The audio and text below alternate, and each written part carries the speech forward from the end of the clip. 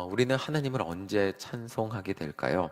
이사야를 보면 이렇게 말하고 있습니다. 이 백성은 내가 나를 위하여 지었나니 나를 찬송하게 하려 함이니라 라고 말을 하고 있습니다. 이 백성은 하나님을 찬송하게 위해서 만드셨다고 말하고 있습니다. 하나님이 인간을 창조하신 이유는 하나님을 창조하게 하기 위함이라고 말하고 있습니다. 그렇다면 하나님을 찬송하는 것은 무엇이고 언제 찬송하게 될까요? 우리는 매 예배 시간 하나님을 찬송합니다. 방금도 하셨죠? 찬송은 사전적으로 보면 하나님을 칭찬하고 높이는 것을 의미한다고 합니다. 예배 시간에 찬송이 얼마나 중요하냐면 찬양팀도 있고 찬양대도 있습니다. 성경에 나와 있는 대표적인 찬송은 시편입니다. 또 출애굽기를 보면 언제 찬송을 하냐면 모세가 홍해를 건너고 너무 기뻐서 백성들과 함께 하나님을 찬송한 내용이 기록되어 있습니다. 그리고 오늘 드보라가 가나안의 왕 야빈을 이겨서 기뻐서 하나님을 찬송하고 있습니다. 오늘 모세의 출애굽과 그리고 오늘 드보라의 승리한 상황의 공통점은 바로 이기기 힘든 적을, 아니 현실적으로 보면 절대 이길 수 없어 보이는 적을 하나님의 도우심으로 이겼을 때 하나님을 찬송하게 된다는 것을 알 수 있습니다. 그러니까 냉정하게 말하면 내 힘으로 이길 거 이겼으면 하나님 찬송하지 않겠죠. 그냥 좋다, 잘했다, 이겼다 이렇게 할 텐데 지금 드보라와 바락이 하나님을 찬송하는 이유는, 거기에 진심으로 찬송하는 이유는 자신들의 힘으로는 이기기가 거의 불가능한 상황에서 하나님의 능력을 체험하고 그 능력으로 승리하였기 때문에 하나님을 정말 기쁨으로 하나님 덕분에 이겼어요 라고 하는 거죠. 하나님 덕분입니다. 하나님이 아니었으면 이길 수 없었습니다. 진짜 하나님 대단하시네요. 어떻게 하나님같이 대단하신 분이 우리 편이 되실 수 있습니까? 이게 찬송이라는 거예요. 우리 사사기 5장 3절을 함께 읽어보도록 하겠습니다. 5장 3절입니다. 시작. 너희 왕들아 들으라, 통치자들아 귀를 기울이라. 나 곧 내가 여호와를 노래할 것이요 이스라엘의 하나님 여호와를 찬송하리로다. 목사님 말씀을 통해 드보라를 물리친 야빈과 시스라의 군사력이 얼마나 강했는지 우리는 계속해서 들었습니다. 철병거 900대를 가지고 있었다는 것은 지금으로 그냥 쉽게 비유하면 탱크 900대예요. 철병거. 그 당시 보병들의 그냥 빠르게 지나가는 철병거 900대를 칠 능력이 없었다고 합니다. 탱크 900대라면 어떻게 이길 수가 없잖아요. 그런데 드보라의 노래를 보면 이스라엘의 그 당시 처참한 군사력을 알 수 있습니다. 우리 5장 8절 함께 읽어보겠습니다. 5장 8절입니다. 시작. 무리가 새 신들을 택하였으므로 그때 전쟁이 성문에 이르렀으나 이스라엘 4만 명 중에 방패와 창이 보였던가. 드보라는 이들이 이렇게 힘들게 살았던 이유는 새 신들, 우상 숭배했기 때문이라 그러는데, 그 다음에 보시면 이스라엘 4만 명 중에 방패와 창이 보였는가? 다른 번역으로 보면 방패와 창이 하나도 있지 않았다고 번역하는 것을 보게 됩니다. 4만 명이나 모였는데 제대로 된 무기가 없었던 거예요. 현실적으로 보면 탱크랑 절대로 제대로 된 무기 없는 군사랑 어디가 이기겠습니까? 절대로 이길 수 없어 보이는 싸움이죠. 현실적으로 보면. 그런데 이겼어요. 현실적으로 보면 아예 이길 수 없어 보이는 상황에서 이겼습니다. 미련한 인간은 우상 숭배를 택했던 하나님의 미련한 인간은 우상 숭배를 택하고 그 우상이 뭔가 해줄 줄 알았겠지만, 그런데 하나님의 백성이 힘들고 하나님을 의지하고 나서야 현실적으로 저들을 어떻게 이기나 했는데, 그들과 싸워서 어떻게 이기나, 절대로 이길 수 없다고 생각했을 때 이기게 되었을 때 그제서야 하나님의 도우심을 눈으로 보고 하나님의 살아계심을 몸으로 체험하고 자신들의 능력이 아닌 하나님의 도우심으로 승리하게 되는 것을 깨닫게 됩니다. 그때 바로 하나님을 찬양하게 된다는 것입니다. 인간이 언제 하나님을 진심으로 찬양하는가? 이스라엘 백성들이 언제 하나님을 마음이 우러나서 그냥 이렇게 찬양하는 것이 아니라 마음으로 우러나서 진심으로 찬양하는가? 언제냐면 바로 나 자신의 무력함을 뼈저리게 체험한 순간에 동시에 하나님의 전능하심으로 승리하게 된 순간이라고 할 수 있습니다. 나는 정말 무력하고 아무것도 아니지만 살아계신 하나님이 내가 기도할 때 일하시고, 그분은 진짜로 말도 안 되게 어떻게 하나님이 이렇게 일하시면 불가능한 일이 가능하게 되지, 진짜 전능하시구나 라는 것을 경험했을 때 인간의 입술에서 하나님은 진심으로 우러나서 고백하게 됩니다. 하나님은 위대하십니다. 전능하십니다. 못하실 일이 없습니다 라고 고백하게 된다는 것입니다. 우리 5절 함께 고백해도 읽어보도록 하겠습니다. 5절입니다. 시작. 산들이 여호와 앞에서 진동하니 저 신의 산도 이스라엘의 하나님 여호와 앞에서 진동하였도다. 자, 이게 이들의 진심인 거예요. 하나님이란 못하실 일이 없구나. 드보라와 바락 그리고 이스라엘 백성들이 정말 마음으로부터 우러나서 고백하게 되는 것입니다. 전도가 되지 않을 것 같았던 사람이 전도가 되었을 때, 그리고 때로는 정말 병에서 나을 것 같지 않은 사람이 기적적으로 낫게 됐을 때 우리는 어떻게 하나님의 살아계심을 그것으로 고백하게 됩니다. 하나님은 정말로 전능하시고 그분이 함께 하시니 탱크와도 같은 철병거 900대를 변변치 않은 무기도 없는 이스라엘 백성들이 승리하게 할 수 있다는 것을, 그 승리가 내가 무기가 좋아서 이겼다면 그거는 하나님을 찬양하지 않게 되죠. 그냥 우리가 뭐를 잘해서 승리한 것이 아니라 우리는 승리할 수 있는 조건이 아무것도 없는데 하나님이 도우셔서 승리하게 되었을 때 진심으로 마음에서 우러나와 하나님 살아계신다고, 하나님이 살아계시면 전능하신 하나님은 못하실 일이 없다고 진심으로 고백하게 된다. 하나님의 전능하심을 진짜 마음이 우러나서 고백하게 된다는 것입니다. 저희도 아기가 없었어요. 아기가 없었을 때, 아무 대책이 없었을 때, 미국에서 불임 클리닉 갈 수도 없고, 근데 아무 문제가 없었거든요. 근데 아무 이유 없이 아이가 안 생겨서 괴로웠을 때 그냥 아이가 5년 후에 생겼습니다. 근데 그때 저희가 고백할 수 있었던 것은 하나님이 아이를 주셨구나. 우리가 뭘 잘해서 생긴 것도 아니고 그냥 하나님이 주셨음에 감사할 수밖에 없었습니다. 지난주 목사님 말씀하셔서 설교 시간에 말씀하셨는데 마라톤 대회를 나갔습니다. 저는 첫 하프 21km죠. 뛰는데 2년 걸렸어요. 근데 청년들을 가르치는데 중철 형제가 21km를 뛰고 저한테 이렇게 말을 하는 거예요. 자기는 달리기 시작한 지 5개월 됐는데 21km 뛰었다 그러는 거예요. 저는 그 얘기에 겉으로는 웃었지만 속으로는 충격을 받았습니다. 저는 2년 걸렸는데 5달 만에 뛰었어요.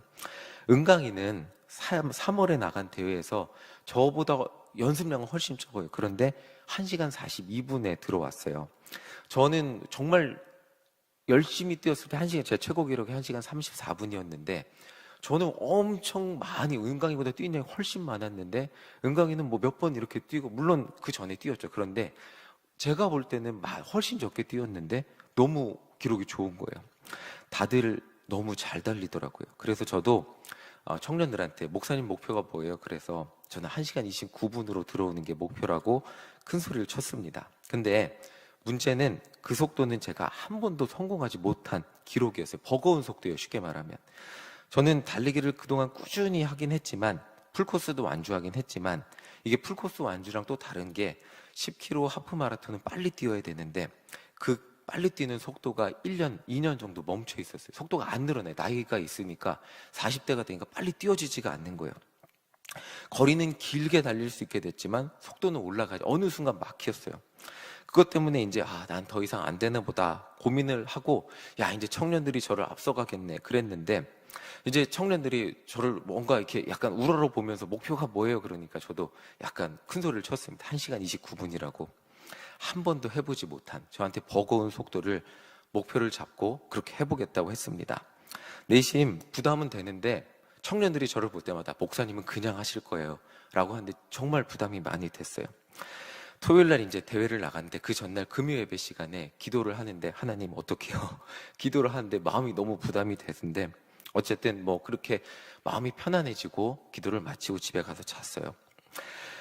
그리고 이제 대회를 시작해서 몸을 풀고, 이제 풍선이 있어요. 달리기장 나가면 1시간 30분 안에, 같이 뛰면 1시간 30분 안에 기록을 들어올 수 있는 페이스메이커가 있어서 저도 그 사람 따라서 저 사람들 따라가야지 하고 이제 시작해서 달렸습니다. 1km밖에 안 달렸는데 웃을 수가 없었어요. 너무 빨라갖고 도저히 나는 이 속도로 21km를 뛸 수 없겠구나라는 생각으로 그냥 1km 버텼어요. 근데 이제 목사님이 그 말씀하셨잖아요. 도저히 아는 척 못하겠다고. 저는 주변의 사람들을 볼 수가 없었어요. 너무 속도가 버겁고 힘들어갖고. 그냥 저는 기도하면서 하나님 언제까지 뛸 수 있을까요? 라고 생각하면서 계속 저한테 버거운 속도를 계속 뛰었어요. 뛰다 보니까 19km까지 뛰었는데 얼마나 19km까지 뛰었는데 다리에 경련이 오기 시작했습니다. 저는 마라톤 하면서 40km를 뛰어도 경련이 온 적이 없는데 19km에 경련이 와갖고 어쩔 수 없이 서 있다가 다시 뛰었어요. 그래서 천천히 속도를 줄여서 뛰다가 결국에는 이제 1km 남았을 때는 경련이 오건 말건 이를 악물고 뛰었습니다. 얼마나 이를 악물고 뛰었는지는 나중에 기회가 되면 보여드릴게요. 사진을 어제 보여주신 사람한테는 보여드렸는데 진짜 표정이 너무 막 그렇게 심각하게 뛰었어요. 그리고 결과가 어떻게 됐을까요? 목표에 달성했을까요? 못했을까요? 기도하면서 뛰었는데 목표 달성 못했어요. 1시간 29분이 목표인데 1시간 30분 16초에서 16초 차이로 목표 달성을 못했어요. 들어와서 얼마나 아쉬운지 주저앉아갖고 걸을 힘도 없었어요. 사실 경련이 좀 걸으려고 그러면 다리에 쥐가 날라 그랬으니까 그냥 앉아있었는데 저를 이제 앞에서 끌어준 페이스메이커가 이제 보이더라고요. 그 사람들은 목표 달성을 했어요. 그래서 인사를 했는데 제가 그 사람 만나고 저도 모르게 이렇게 말했어요. 덕분에 제가 버거운 속도를 따라 뛸 수 있었습니다. 라고 말하게 되더라고요. 덕분에라고 말을 하고 있더라고요. 저 혼자라면 다리에 경련이 올 때까지 못 뛰었을 거예요. 그 속도로 19km까지 버티지 못했을 거예요. 그렇게 인사하고 혼자 앉아서 쉬고 있는데 그 덕분에라는 말이 제 마음속에 계속 울렸어요. 근데 덕분에라는 말이 이렇게 울리면서 제 마음속에 스스로 기도가 나온 게 하나님 덕분입니다 라고 표현을 하게 되더라고요. 그러면서 지난 시간들이 계속 생각났어요. 2019년에 저라면 속도는커녕 아예 달리지도 못했을 텐데 달리기는 상상도 못했을 텐데 그냥 그때 기도했던 게 뭐냐면 하나님 저는 건강이 너무 안 좋아요. 간 수치도 너무 높고 혈압도 너무 높고 혈당도 너무 높고 병원에서 몸이 너무 안 좋대요. 어떻게 건강하게 살죠? 라고 그냥 그거 기도했던 새벽 시간에 매번 그거 기도했어요. 기도했던 게 기억이 나는데 그 기도가 지금 이렇게 응답되었다는 것을 생각하니까 도저히 2019년에는 제가 그 마라톤장에서 하프 마라톤을 달리는 걸 상상할 수가 없었거든요.